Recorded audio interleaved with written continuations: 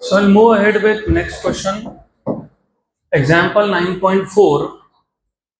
A crane flying 6 meters above a still clear water lake sees a fish underwater. Crane is flying. Crane मतलब वो गाड़ी उठाता है वो crane नहीं. A bird with name crane. There's a bird जिसका नाम crane है. Crane flying 6 meter above 6 meter above a still clear water lake sees a fish underwater. So that crane sees a fish underwater.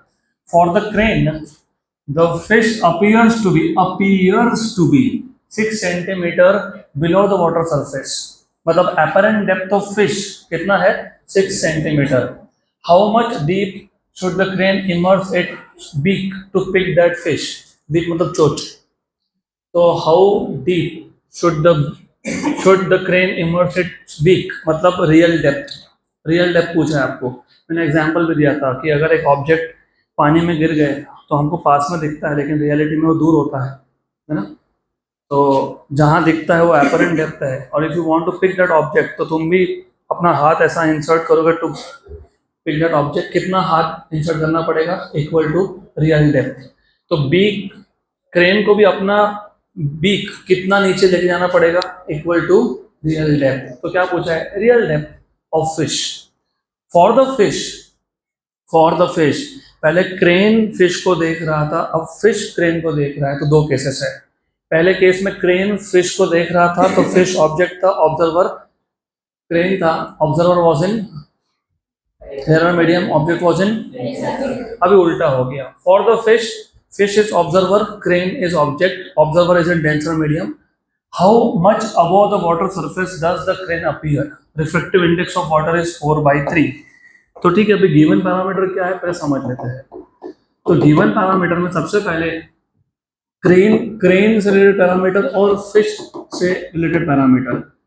Crane का जो real height कितना है? 6 metre. तो real height is 6 metre.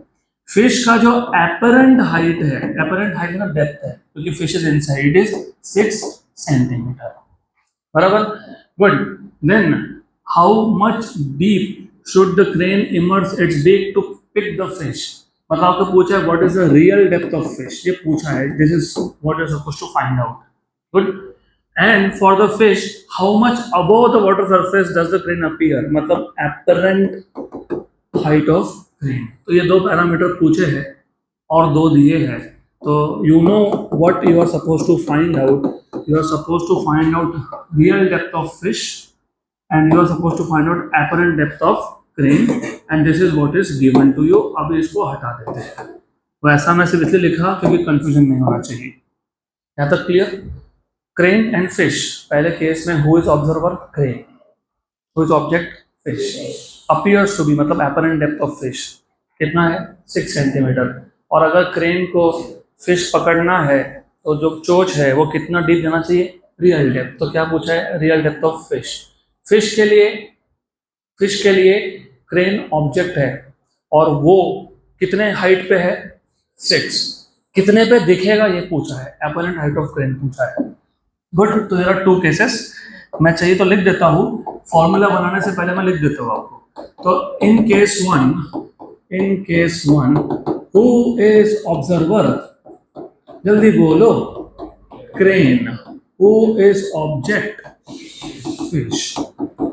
और जो object है वो denser medium में है, ऑब्जर्वर किस में है?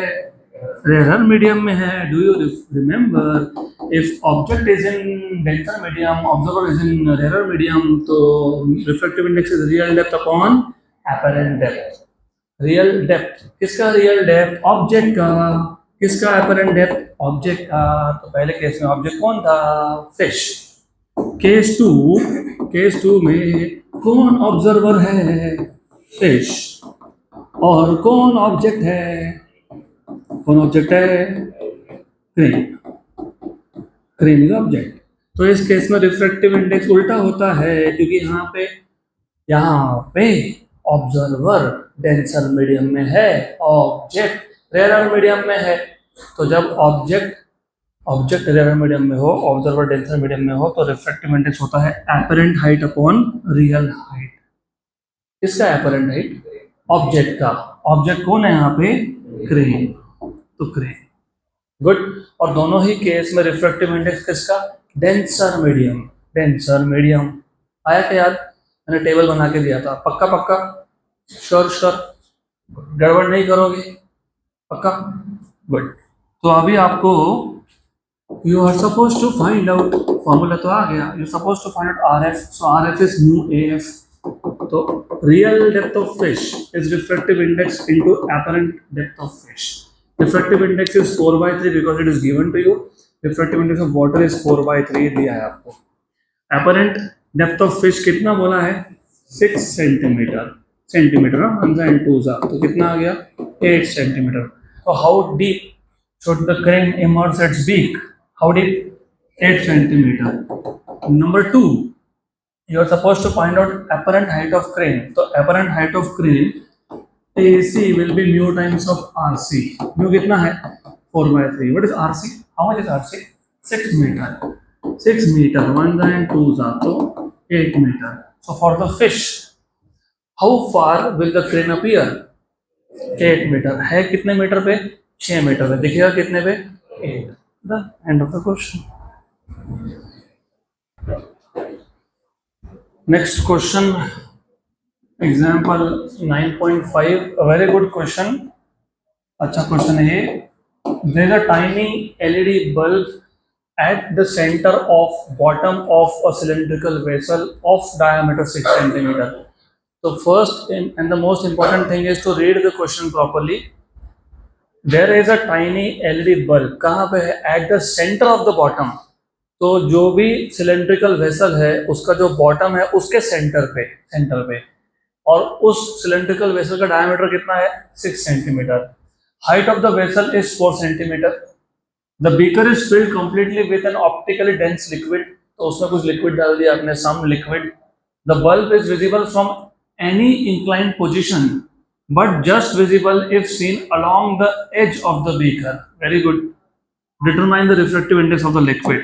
तो पहले तो यहाँ पे क्वेश्चन समझने में ही तुम्हारा टाइम बहुत जाने वाला है, तो we'll make it simple. I'll make it simple, don't worry. ऐसा एक बीकर है, सिलेंड्रिकल बीकर है, और सिलेंड्रिकल बीकर का जो बेस है of course it is circular in shape. तो ऐसा बीकर है और डायमीटर 6 है और हाइट 4 है। तो मैंने according to the scale draw किया है, तो I am drawing this as per the scale. तो this is the beaker that you have, ऐसा सिलेंड्रिकल बेस, मतलब सर्कुलर बेस। तो मैं बेस अभी सर्कुलर ड्रॉ नहीं कर रहा, this is what you have. अब what they are telling you is कि तुमने इसको एक ऑप्टिकली डेंस लिक्विड से फिल कर दिया, तो ऐसा फिल कर दिया, राइट। अब इसके इसके इसके बॉटम पे, बॉटम मतलब बेस के सेंटर पे, मतलब यहाँ पे, अब ये पूरा डिस्टेंस कितना था? What was the diameter? 6। तो you understand if that is 6, this is 3। तो एक काम करते हैं, इसको ए नाम दे देते हैं, इसको बी नाम दे देते हैं, और ये 3 सेंटीमीटर हो गया, और डेफिनेटली ये 4 सेंटीमीटर है क्योंकि क्वेश्चन में वैसा बोला है। अब ऐसा क्या इन्होंने बोला, क्या है? इन्होंने बोला है कि ये जो टाइनी एलईडी बल्ब है, tiny LED bulb, it is visible from any inclined position but just visible if seen along the edge. अब मतलब क्या? तो पहले मतलब समझ लो। You know, in this case light from the tiny bulb will be travelling from which medium to which medium? Denser to. तो optically denser से ऑप्टिकली रेयर में लाइट ट्रैवल करेगा, और जब लाइट ऑप्टिकली डेंसर से ऑप्टिकली रेयर में travel करता है तो it bends, denser to rare bends away from, मतलब look, if the ray of light comes like this it will bend away from normal. ऐसा आएगा, आएगा ना ऐसा? कि ऐसा जाएगा? नो, ऐसा जाएगा, बराबर, गुड। तो it is visible from any inclined position. Any inclined position का मतलब तुम यहां से देख लो दिखेगा, इंक्लाइंड मतलब कुछ एंगल बन रहा है, तुम यहां से देख लो तो भी दिखेगा, तुम यहां से देख लो तो भी दिखेगा, लेकिन जस्ट विजिबल, जस्ट विजिबल कब? जस्ट विजिबल कब बोला है? जस्ट विजिबल कब बोला है? Just visible if seen along the edge. हर चीज मेरे को एक्सपेरिमेंटली बताना पड़ेगा। ये वो बीकर है, सिलेंड्रिकल शेप पे सिलेंड्रिकल है, ये उसका बेस है, उसके सेंटर पे एक बल्ब है, राइट। तो जब मैं नीचे बल्ब है, हाँ? जब मैं यहाँ से देखता हूँ दिखता है, यहाँ से देखता हूँ दिखता है, एनी इंक्लाइन पोजीशन। लेकिन जब मैं ऐसा देखता हूँ अलोंग द एज, तो जस्ट दिखता है। मतलब मैं अगर थोड़ा सा इसको ऊपर ले गया तो दिखेगा क्या? नहीं, बराबर। तो जब ऐसा बोला हो just seen, it is just visible if seen from the edge, इसका मतलब क्या होता है? इसका मतलब ये होता है कि ये लाइट ऐसा आया और एज पे पता है क्या हुआ? एज पे तुम ये रे को ऐसा भी ड्रॉ कर सकते हो, कोई प्रॉब्लम नहीं है। तुम इस रे को ऐसा ड्रॉ करोगे तो भी प्रॉब्लम नहीं है। मतलब जब तुम एज से देख रहे हो, कहाँ से देख रहे हो? एज से। एज से देख रहे हो तो जस्ट विजिबल है, इसका मतलब क्या होता है पता है? You know what does that mean? It means that the angle of refraction is how much? 90 degree. Very good. If this is 90, if this is 90, what does this mean then? Critical angle. क्या मतलब होता है इसका? Critical angle. अभी भी जिनको question नहीं समझा, मैं वापस एक बार समझा रहा हूँ। बीकर है, बेस जो है वो सर्कुलर है, 6 सेंटीमीटर का डायामीटर है, रेडियस 3 सेंटीमीटर हो गया, हाइट 4 सेंटीमीटर है, उसके सेंटर पे एक बल्ब था।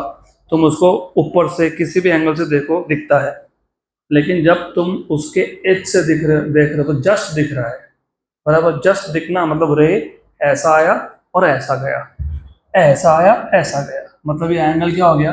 90। तो एंगल ऑफ रिफ्रैक्शन 90 होना मतलब इंसिडेंट एंगल कितना होना? क्रिटिकल। कितना होना? क्रिटिकल। तो इसका मतलब तुमको घुमा फिरा के वो बताने की कोशिश थी कि क्रिटिकल एंगल बन रहा है यहाँ पे। This is what they wanted to tell you, बराबर। अब एक काम करते हैं, इसको सी नाम देते हैं। तो हमको कम से कम ये तो पता लग गया ए बी की वैल्यू कितनी है? 3 सेंटीमीटर। और बी सी की वैल्यू कितनी है? 4 सेंटीमीटर। और तुमको पूछा क्या है? क्या पूछा है? What are they asking you? Refractive index. तो म्यू पूछा है आपको, तो मुझे कौन बताएगा? कौन बताएगा आप में से? How do you find out refractive index?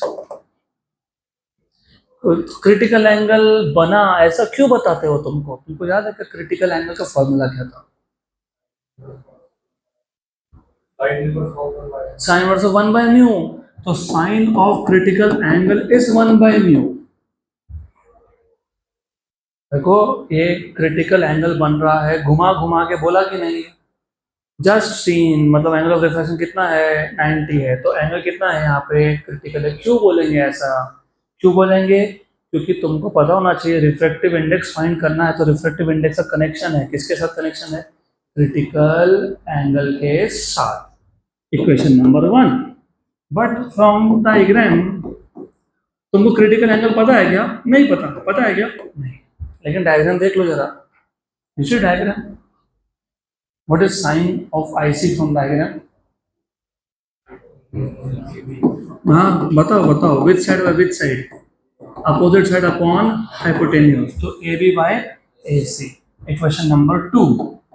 तो from 1 and 2, from equation number 1 and 2, from equation number 1 and 2, sin IC is 1 by mu, but sin IC is AB by AC. So 1 by mu equals to AB by AC. So therefore mu equals to AC by AB. सही है, good. Formula तो मिल गया। अब AB पता है क्या? Yes. AC मिल जाएगा क्या? यस। क्यों मिलेगा? ये Pythagoras theorem. Therefore using Pythagoras theorem, using Pythagoras theorem. तो पाइथागोरस थ्योरम अगर तुम यूज करते हो तो AC square equals to AB square plus BC square. तो AC square is 3 square plus 4 square which is 9 plus 16 which is 25। तो AC equals to कितना हो गया? 5। तो 5 सेंटीमीटर आ गया। Therefore you have refractive index as AC by AB, which is basically 5 by 3. हो गया question खत्म। Done.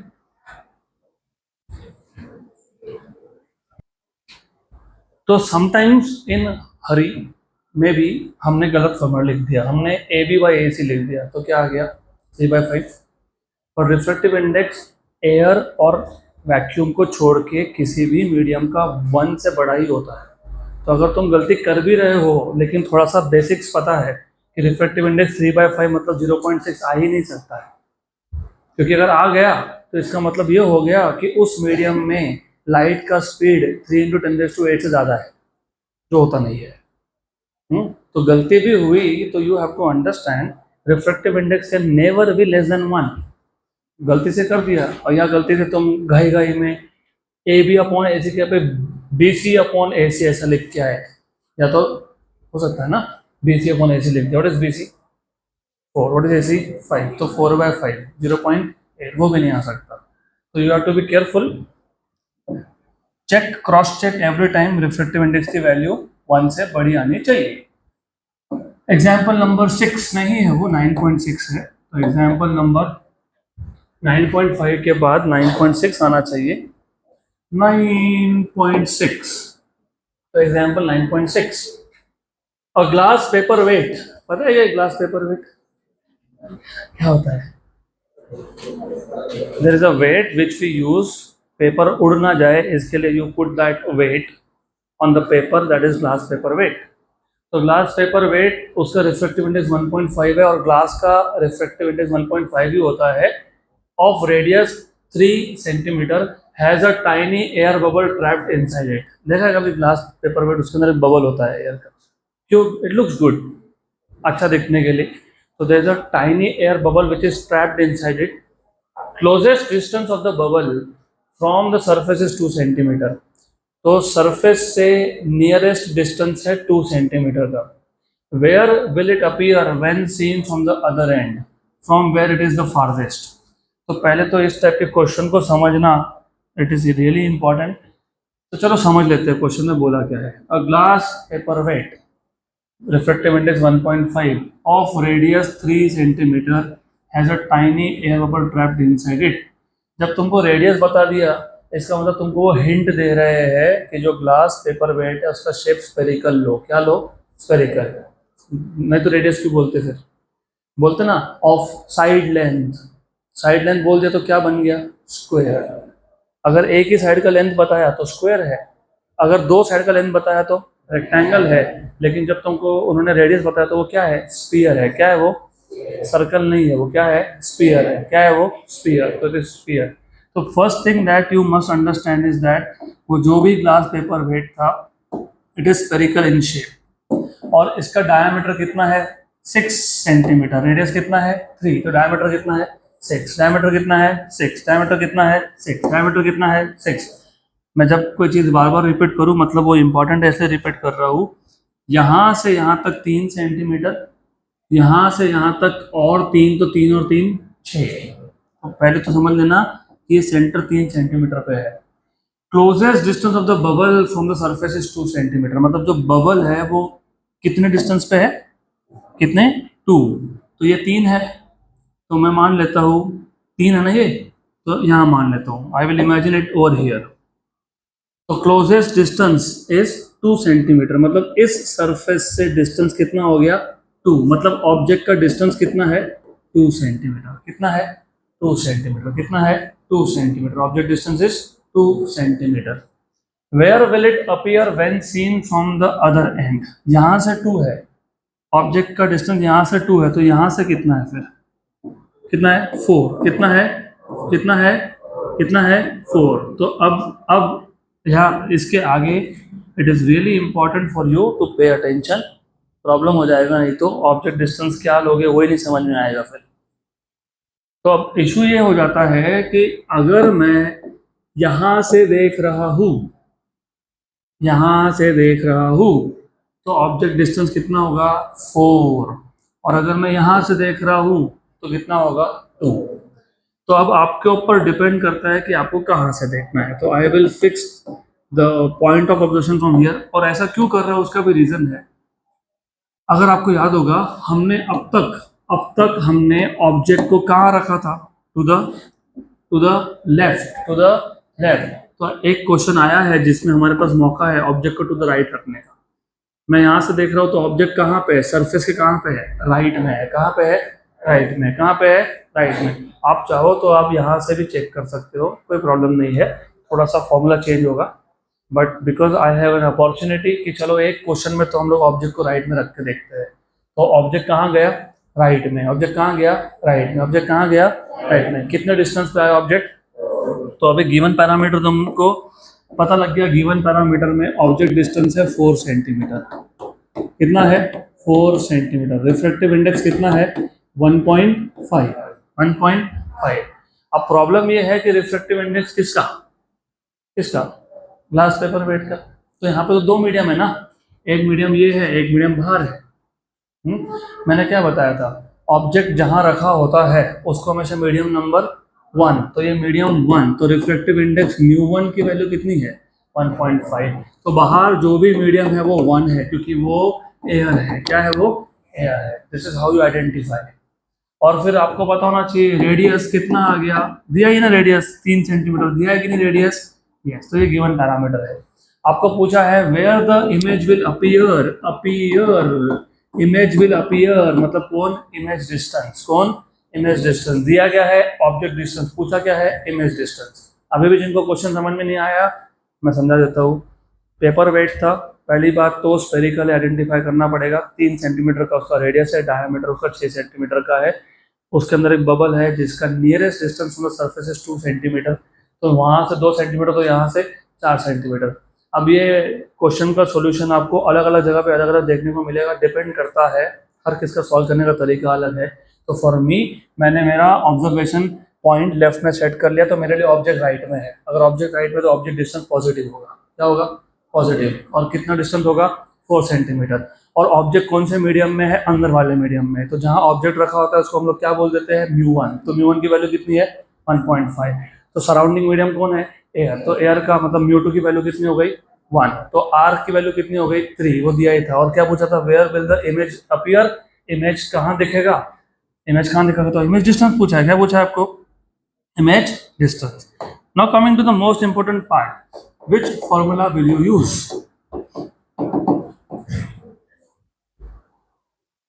हाँ अटक गए।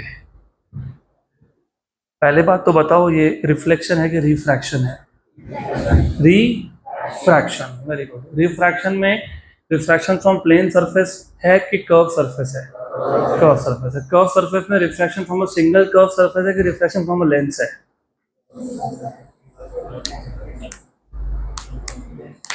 It is refraction from a single curve surface. बोलोगे कैसे, क्या, क्योंकि लेंस में जो दो सरफेस होते हैं, राइट, वो दोनों सरफेस स्फीयर नहीं बनाते, ये स्फीयर बना है। तो this is question from refraction from single curve surface. कौन सा, single curve surface, single curve surface. So do you remember what was the formula?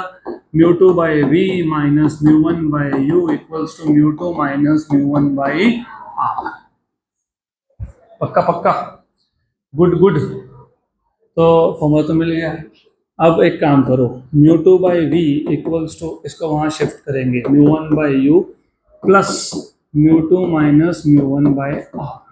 अब वहां शिफ्ट क्यों किया, उसका रीजन था क्योंकि मुझे साइन कन्वेंशन यूज करने हैं, और मैंने आपको बताया था कि जो फाइंड करना है उसके लिए साइन कन्वेंशन यूज होते हैं क्या, नहीं।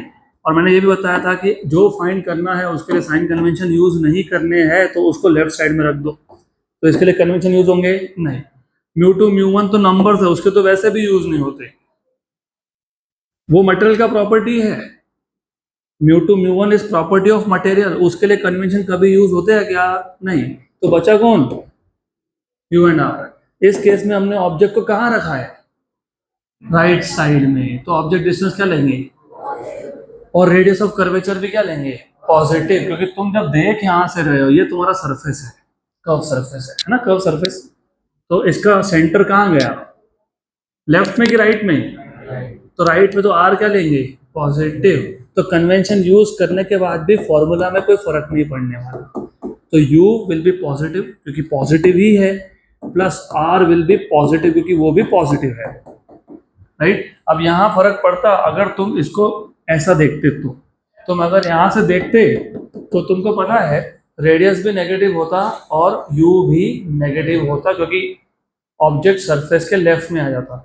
इसके लिए बाय चॉइस मैंने जानबूझ के ऑब्जेक्ट को राइट में रखा, सो दैट यू और आर क्या आना चाहिए, क्या आना चाहिए, पॉजिटिव, पॉजिटिव। ओके, तो फॉर्मूला तो बन गया। अब solution, mu two by v, what is mu two value, हाँ 1 बराबर, सही है ना, 1 है, 1 है, गुड, पक्का पक्का, sure sure, 100%।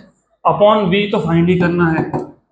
Mu one, what is mu one, 1.5 upon object distance कितना है, 4, okay, then plus plus mu two minus mu one, what is mu two, 1 minus 1.5 upon R कितना है, कितना है, 3 है, तो 1 by v equals to 1.5 by 4, ये कितना हो गया, माइनस 0.5 अपॉन 3, तो 1 by v equals to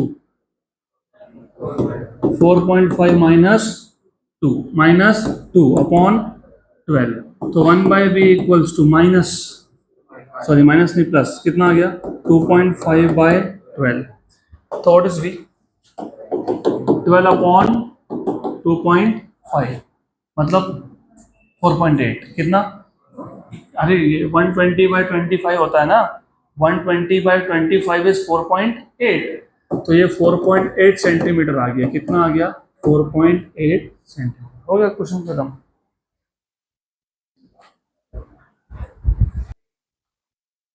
next question, अगला question,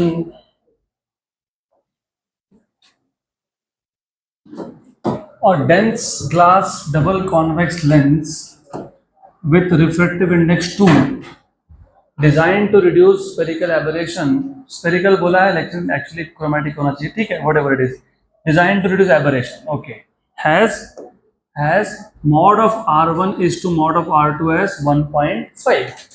If a point object is kept 15 centimeter in front of this lens, it produces real image at 7.5 centimeter. Determine R1 and R2. सबसे पहले it is example 9.7. तो example 9.7 में क्या बोला है, dense glass double convex lens, dense glass double convex lens, तो given parameter में refractive index की वैल्यू दी है कितनी, 2, और आपको याद होगा हमने जब लेंस मेकर इक्वेशन डिराइव किया था, याद है क्या लेंस मेकर इक्वेशन डिराइव किया था, हाँ याद है, तो जो लेंस था उसका जो मटेरियल था उसका जो रिफ्रैक्टिव इंडेक्स था वो हम डिनोट कर रहे थे μ2 से, तो ये μ2 की वैल्यू है, और उस लेंस के सराउंडिंग में कौन था, एयर, तो उसके सराउंडिंग में जो भी था उसको बोल दिया था μ1 और उसकी वैल्यू थी 1, तो μ2 कितना है 2, μ1 कितना है 1, और आपको बोला है कि ये जो डबल कॉन्वेक्स लेंस है इसके जो दो सरफेस है, क्योंकि आपको याद होना चाहिए, क्या याद होना चाहिए कि किसी भी लेंस के दो सरफेस होते हैं, तो इसके जो दो सरफेस है, पहले सरफेस का जो रेडियस होगा मान लो यहाँ से यहाँ तक है r1, और दूसरे सरफेस का जो भी रेडियस होगा मान लेते हैं r2, तो r1 बाई r2 का रेशियो कितना है 1.5, कितना है 1.5, यहाँ मुझे कुछ गड़बड़ लग रही है क्योंकि 1.5 नहीं आना चाहिए, 5 आना चाहिए, तो वो एक्चुअली 5 होना चाहिए, तो I will have to check 1.5 की 5, एक मिनट रुक जाओ,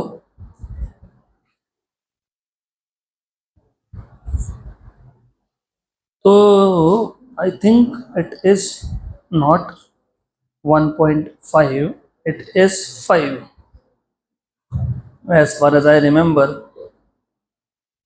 तो एक मिनट,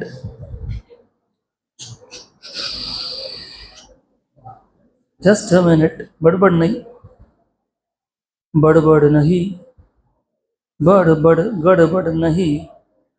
नहीं 1:5 है, 1:5 है, 1.5 नहीं है, ओके गुड, तो करेक्शन है, करेक्शन, इट इज 1:5, मैं आई टोल्ड यू ना 1.5 नहीं आता है, दिस इज 1:5 ऐसा दिया है वो, गुड, क्यों क्योंकि 1.5 लिखना होता तो 3/2 लिख सकते थे वो, तो ठीक है, तो एनीवेज दिस इज 1:5 मतलब 1/5, तो करेक्शन था क्वेश्चन में, we have done the correction, ऐसा है।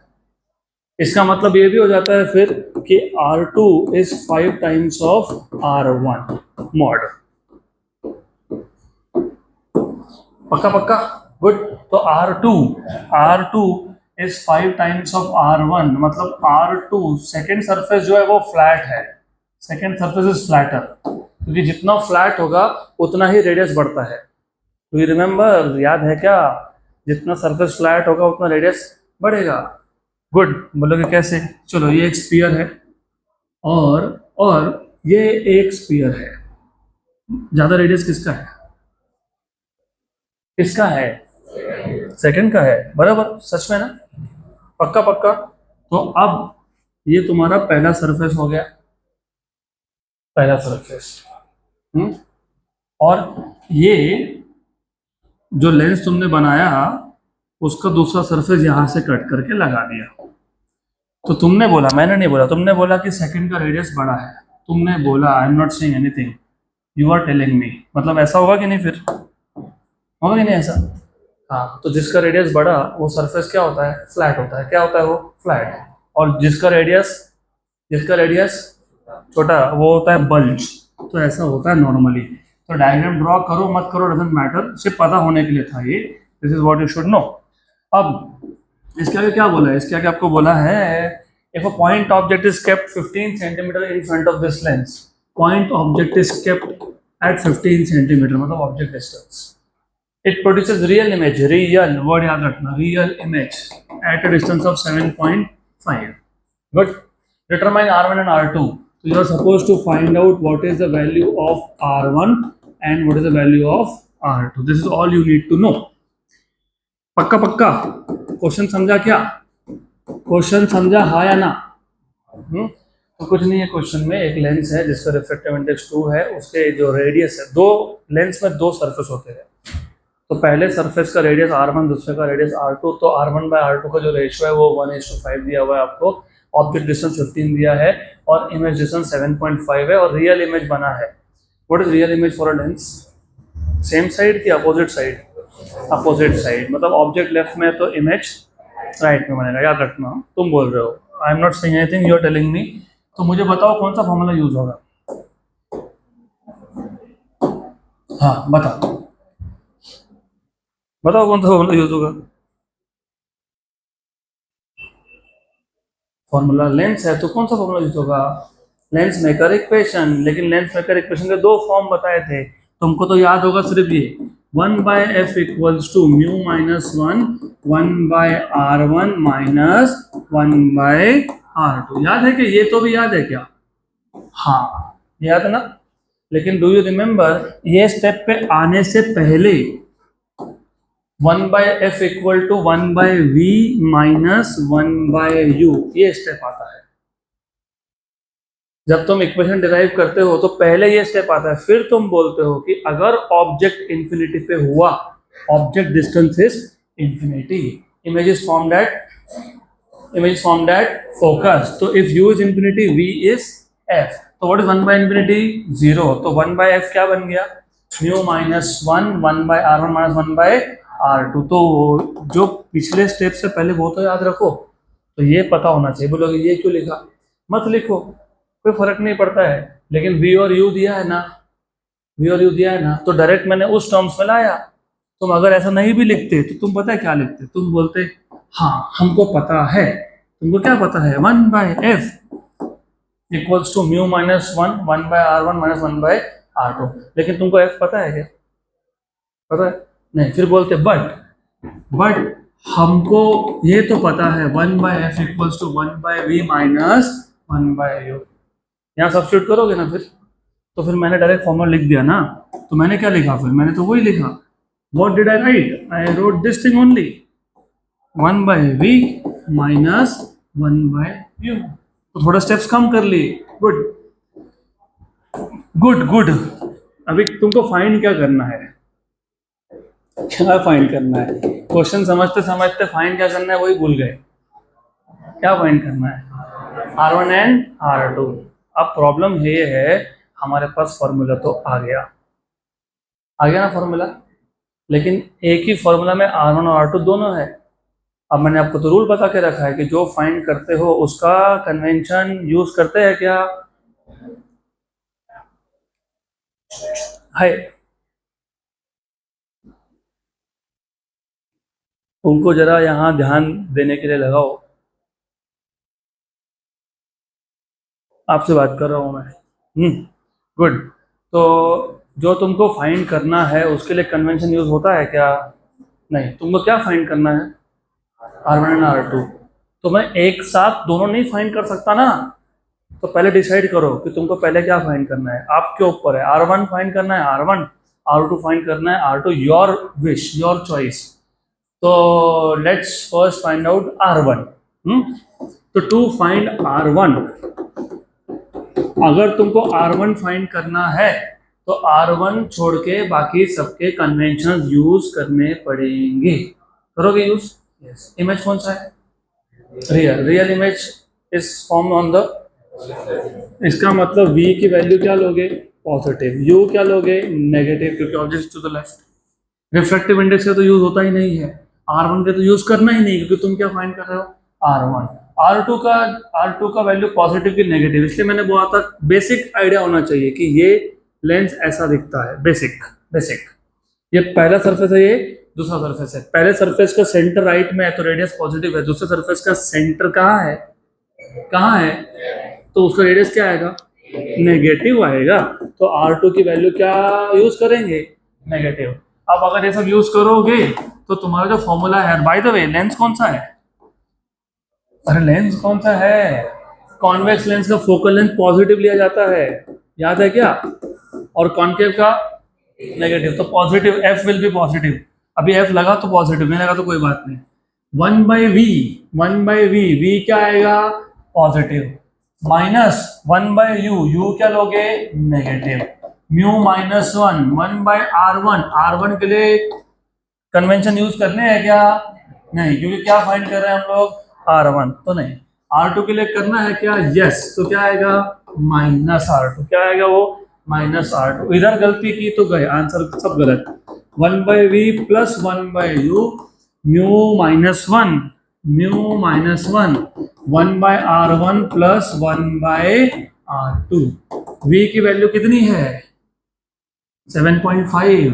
वाइल सॉल्विंग क्वेश्चन ये सब सिस्टम के अंदर फिट चाहिए, नहीं तो वापस क्वेश्चन पे जाएंगे, फिर क्वेश्चन पढ़ेंगे। 7.5 है, 1/7.5 प्लस 1/15। न्यू की वैल्यू कितनी थी? 2 थी ना, 2, ठीक है ना? 2, यस। 1/r1 तो फाइंड करना ही है। R2 कितना है? R2 5R1 कितना है? 5R1। तो पहले इसको सॉल्व कर लेंगे। अभी जो 1/7.5 प्लस 1/15 इसको क्या करोगे? नहीं करोगे तो 2 से मल्टीप्लाई डिवाइड कर लो। 1/7.5 इज 2/15। इजी पड़ता है ऐसा। ये 1 हो गया, ये यहाँ से R1 क्या कर लिया? कॉमन निकाल लिया, तो क्या बचा? 1 प्लस 1/5। 2 प्लस डिनोमिनेटर सेम है ना? यस। तो न्यूमरेटर का डायरेक्ट एडिशन कर लोगे तो 3/15 equals to 1/R1। What is 1 plus 1/5? 6/5। 1 जा 3 जा 3 3 कैंसल। R1 इधर लाया तो R1 कितना आया? 6 सेंटीमीटर। और R1 6 सेंटीमीटर आया तो R2 कितना आया? कितना आया? कितना आया? तो 5 इंटू R1 आया कि नहीं आया? तो कितना आया? 5 इंटू 6 मतलब कितना आया? 30 सेंटीमीटर। लेकिन लेकिन लेकिन R2 ये आएगा -30, क्योंकि सेकेंड सरफेस का सेंटर कहाँ गया था? कहाँ गया था? लेफ्ट में। तो हो गया क्वेश्चन सॉल्व। डन।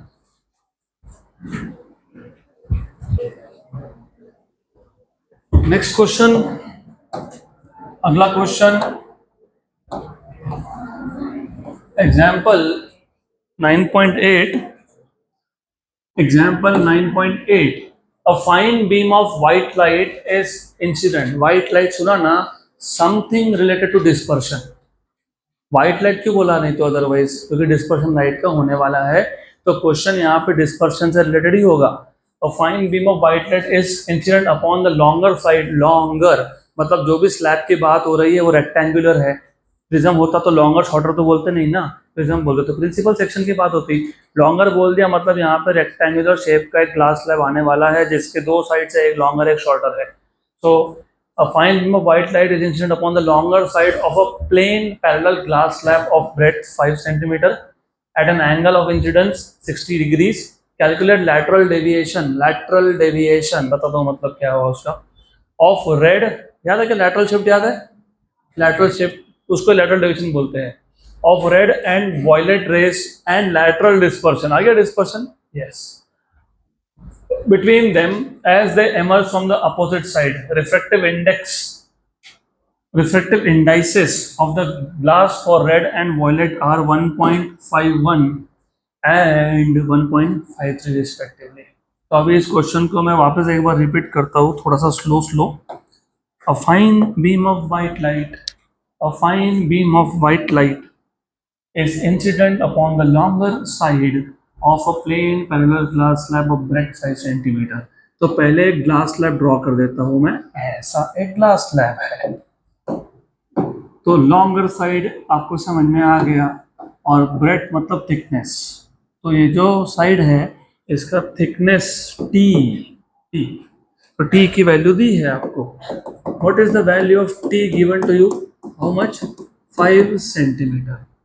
फिर क्या बोला है, fine beam of white light is incident on the longer side, यहाँ पे इंसिडेंट हुआ, और अगर ये स्लैब नहीं होता तो लाइट कैसा जाता, सीधा जाता, तो ऐसा जाता, ठीक, यहाँ पे नॉर्मल है, नॉर्मल, और एंगल ऑफ इंसिडेंस हमेशा मेजर होता है विथ रिस्पेक्ट टू नॉर्मल, तो एंगल ऑफ इंसिडेंस की वैल्यू कितनी है, 60 डिग्री, कितनी है, 60 डिग्री। आगे क्या बोला है, calculate lateral deviation of red and violet rays. ठीक है, पहले तो ये बताओ, जब डिस्पर्शन होता है तो सबसे कम डेविएशन कौन से कलर का होता है, रेड, तो सबसे कम डेविएशन रेड कलर का हुआ, और यहाँ पे वापस एक बार वो रिफ्रैक्ट हुआ,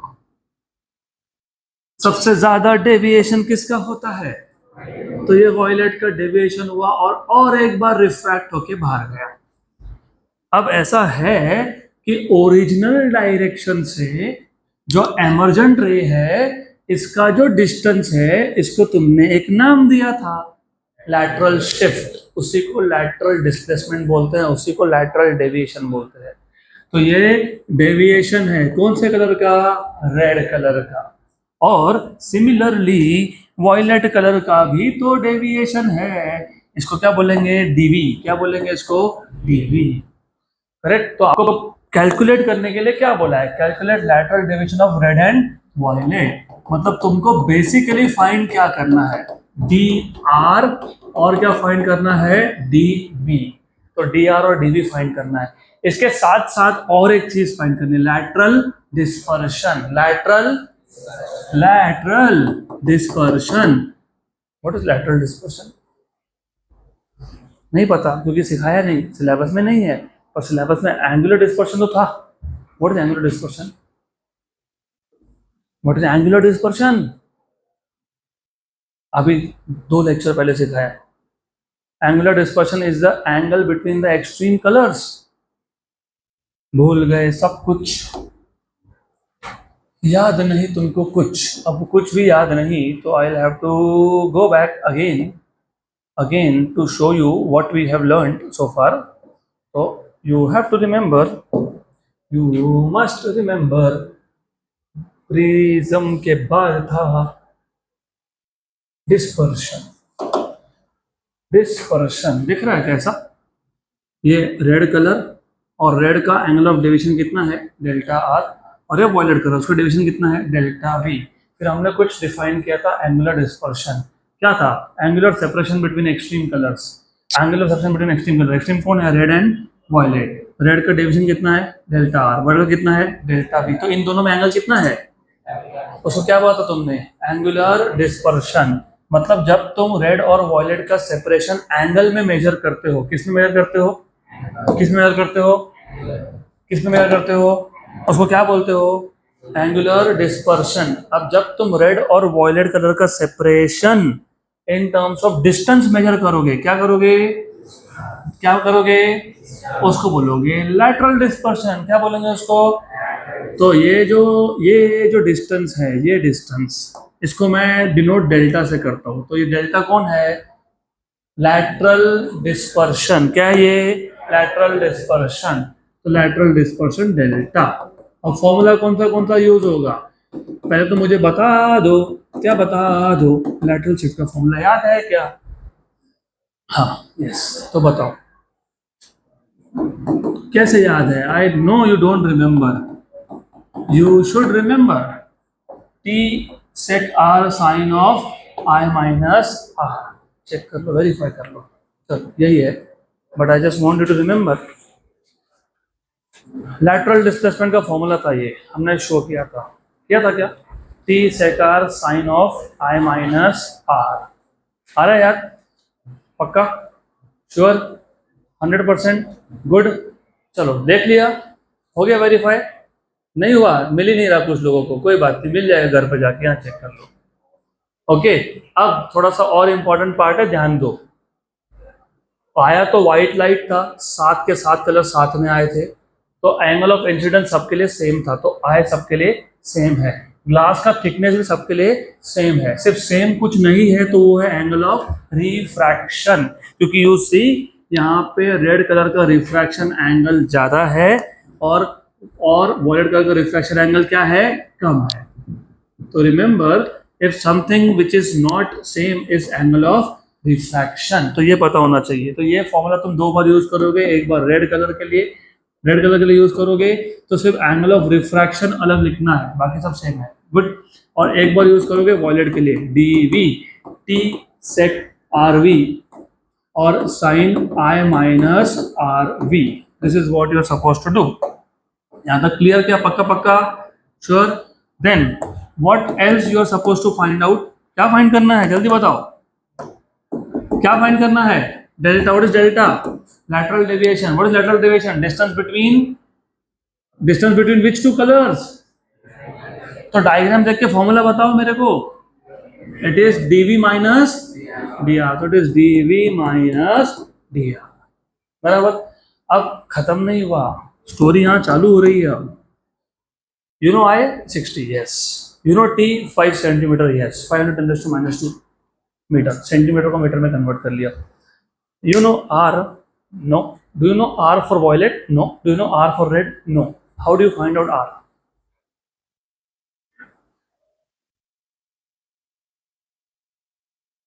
कैसे फाइंड करोगे? Snell's law, correct, Snell's law. क्योंकि मैंने बहुत बार बोला है कि जब भी whenever you are using refraction तो वहाँ पे स्नेल्स लॉ एप्लीकेबल होगा। तो लाइट जहाँ से आया वो मीडियम 1 था, मतलब वो μ1 था, वो 1 ही था। ये μ2 है, इसको मैं फिलहाल म्यू बोल रहा हूँ, गुड, राइट? पक्का पक्का? Sure sure? 100% फिलहाल। बताता हूँ क्यों। वाई फिलहाल? क्योंकि इन्होंने आगे कुछ और बोला था, हमको बोला था कि जो रिफ्रैक्टिव इंडेक्स था रेड कलर के लिए वो कितना है? 1.51 और वॉयलेट के लिए कितना है? 1.53। तो पहले स्नेल्स लॉ अप्लाई करो। μ1 sin I equals to μ2 sin R. What is the value of μ1? 1, क्योंकि बाहर कौन है? एयर है। और what is sin I? sin I, जल्दी, sin 60 equals to μ2 को क्या लिख दिया? म्यू, और sin R. What is sin 60? √3/2 mu sin R. तो what is sin R? √3/2 times of mu. तो एक बार तुम इसको रेड कलर के लिए यूज करोगे to find out what is refraction angle for red colour, एक बार तुम इसी फॉर्मूला को वॉयलेट के लिए यूज करोगे to find out what is refraction angle for violet colour. तो यहां से तुमको मिलेगा म्यू। क्या मिलेगा यहाँ से? म्यू दिया हुआ है, सब मेरे पीछे रिपीट कर रहे हो। What you are suppose to find is angle of refraction.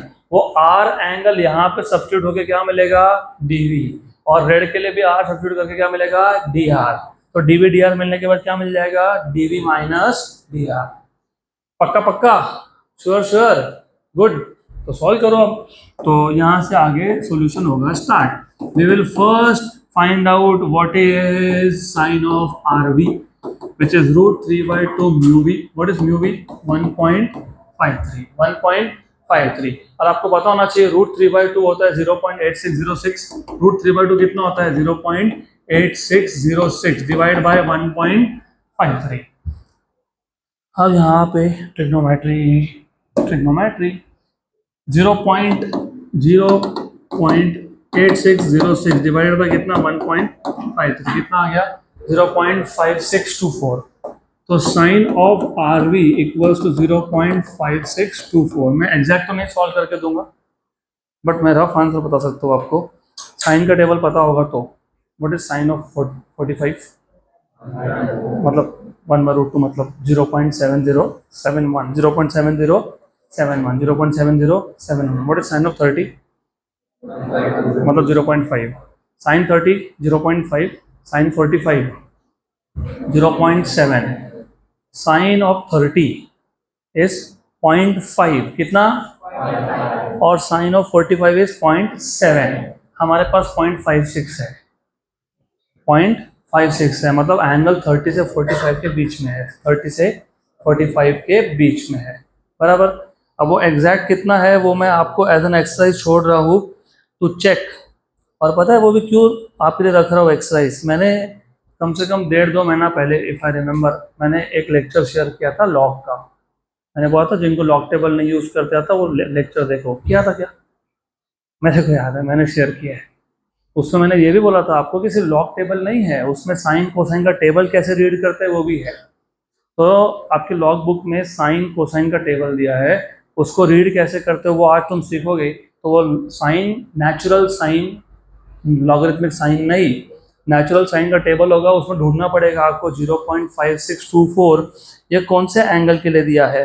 तो अगर आप उसको सर्च करते हो तो आपको मिल जाएगा, वो आता है 34.21 डिग्रीज के लिए, 34.21 डिग्री। तो RV की वैल्यू मिल जाएगी 34 डिग्रीज एंड अराउंड स्पीकिंग, रफली स्पीकिंग, कुछ मे बी 60 का 1/3 20 मिनट्स ऐसा कुछ आएगा। चेक भी कर सकते हो, सही है, वो मैं कैलकुलेशन करके लाया तो मुझे पता है। देखो यहाँ पे ऐसा डिग्री में है कि नहीं है, डिग्री में है ना, 34.21 डिग्री। क्या लेना है हमको, साइन, क्या लेना है हमको, साइन कितना है 0.5622, तो हमारा भी कितना था 0.5624। तो वैसा आता है RV का वैल्यू। RV की वैल्यू मिल गई। अब ये RV की वैल्यू मिल गई तो ये DV में सब्स्टिट्यूट होगी। T क्या था formula, T sec RV sine of I minus RV। Good. अब अगर आपको लॉग बुक में सिर्फ साइन और कॉस होता है, रिमेंबर दिस, लॉग बुक में सिर्फ साइन और कॉस होता है, तो T अपॉन कॉस RV लिख दो इसको, क्योंकि तुमको लॉग बुक से वैल्यूज निकालनी है। तो sine of I minus RV। तो DV इक्वल्स टू थिकनेस कितना था, 5 सेंटीमीटर था ना, तो 5 × 10⁻², था कि नहीं, अरे 5 था ना, yes. Cos of RV, cos of 34.21, sine of I मतलब 60 माइनस 34.21, इसको सॉल्व करना है। तो ये DV की वैल्यू आपको मिल जाएगी। पहले तो सबसे पहले कॉस ऑफ 34.21 निकाल लो, इसका कॉस निकाल लो, कितना आ गया इसका कॉस, 0.8269। ओके, अरे यहाँ पे डायरेक्ट है, चलो अच्छी बात है, डायरेक्ट है हमारे पास, गुड। तो मैं एक स्टेप कम कर देता हूँ, आई विल रिड्यूस 1 स्टेप, क्योंकि मेरे पास सीधा कैलकुलेटर में है, I can find out the value directly. चलो गुड, वेरी गुड।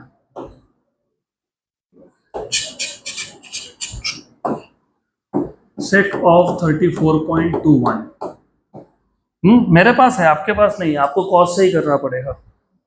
तो गुड, 34.21 इसका सेक 1.2 इंटू 5 कितना होता है, 1.2 6 होता है, कितना होता है 6।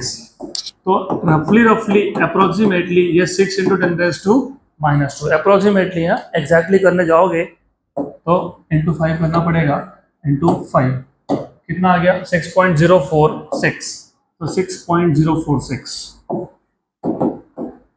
इंटू साइन ऑफ 60 माइनस 34.21 कितना होता है ये नहीं पता। 60 माइनस 34.21 कितना आया 25.7। इसका क्या लोगे साइन 0.4350, तो ये आ गया 0.4350, 0.4350। इसको तुम मल्टीप्लाई कर लोगे, 0.4350 को तुम मल्टीप्लाई करने वाले हो किसके साथ 6.046, कितना आ गया 2.63045, 2.63045 इंटू 10⁻⁻², मतलब कितना आ गया 0.0263। बस ठीक है, इन मीटर्स, किसमें ये मीटर्स, क्योंकि मैंने पहले से ही मीटर में कन्वर्ट करके रखा है। अगर सेंटीमीटर में लिखना होगा, सेंटीमीटर में लिखना होगा तो 10⁻² मत लिखना, आपके ऊपर है वो सेंटीमीटर में कि मीटर में। I will write down in metre, क्योंकि नॉर्मली ऐसा यूनिट्स में लिखना पड़ता है। खत्म नहीं हुआ, अभी रुको, अभी तो तुमने ये सिर्फ किया वॉयलेट के लिए, आप किसके लिए करेंगे रेड। ओके, तो sine of R R is √3/2, √3/2 mu r. What is √3/2? 0.8606 and refractive index was 1.51. So 0.8606 divided by कितना 1.51 कितना आया 0.5699, मतलब 0.57। ठीक, अब आपको चेक करना पड़ेगा कि 0.57 साइन की वैल्यू कौन से एंगल पे आती है, तो ऑफ कोर्स आपको चेक करना पड़ेगा, मेरे को नहीं। तो मैंने तो करके रखा है 34.75, that is 34 degrees and 45 minutes. तो 34 डिग्रीज 45 मिनट्स मतलब होता है 34.75 डिग्री। मिनट को डिग्री में कन्वर्ट करने के बाद ये आ गया वैल्यू। इसके बाद क्या किया था, dv फाइंड किया था, अभी क्या फाइंड करोगे dr, t sec r of r sine of i minus r of r। अबे t की वैल्यू तो तुमको पता ही है कितनी है 5 × 10⁻²। यह जो तुम्हारे पास एंगल आया 34.75, इसका सेक फाइंड करना पड़ेगा। 34.75 इसका सेक फाइंड कर लिया, 1.217 इंटू 5 कर लिया 6.0853, तो ये 6.0853 इंटू 10⁻², ये मिला के हो गया ये, दिस मल्टीप्लाई करके sine of i minus r, what is i 60 degree. ध्यान दो यहाँ पे, ऐसा यॉर्कर बैठेगा, तीनों स्टम्प गए, सबसे बड़बड़ बड़बड़ बड़बड़ बड़बड़। अभी तुम अगला टारगेट हो मेरा, if you do not pay attention here और बड़बड़ चलती रही ना तो सारे के सारे क्वेश्चन तुम्हारे पास आएंगे। 25.25 इसका क्या फाइंड करना है, क्या फाइंड करना है इसका साइन, कितना आया 0.4265। बाकी जब करवा के नहीं देते हैं, अटैक बोल देते हैं ऐसा आंसर आ गया, कर लो फिर। I am wasting my time and also yours by doing all this year into 6.0853 कितना आया 2.595, ठीक है 2.595 इंटू 10⁻², मतलब कितना हो गया 0.02595 मीटर। तो dv पूछा था मिल गया, dr पूछा था वो भी मिल गया। अब आपको क्या पूछा है, लैटरल डेविएशन, लैटरल डिस्पर्शन, मतलब डेल्टा, वो क्या है dv माइनस dr। तो dv माइनस dr, तो दोनों को सब्ट्रैक्ट कर लो, कितना आया 0.0263 माइनस 0.02595, 0.0035, तो 0.00035 मीटर हो गया। क्वेश्चन खत्म, बहुत छोटा क्वेश्चन था। So that's it for today.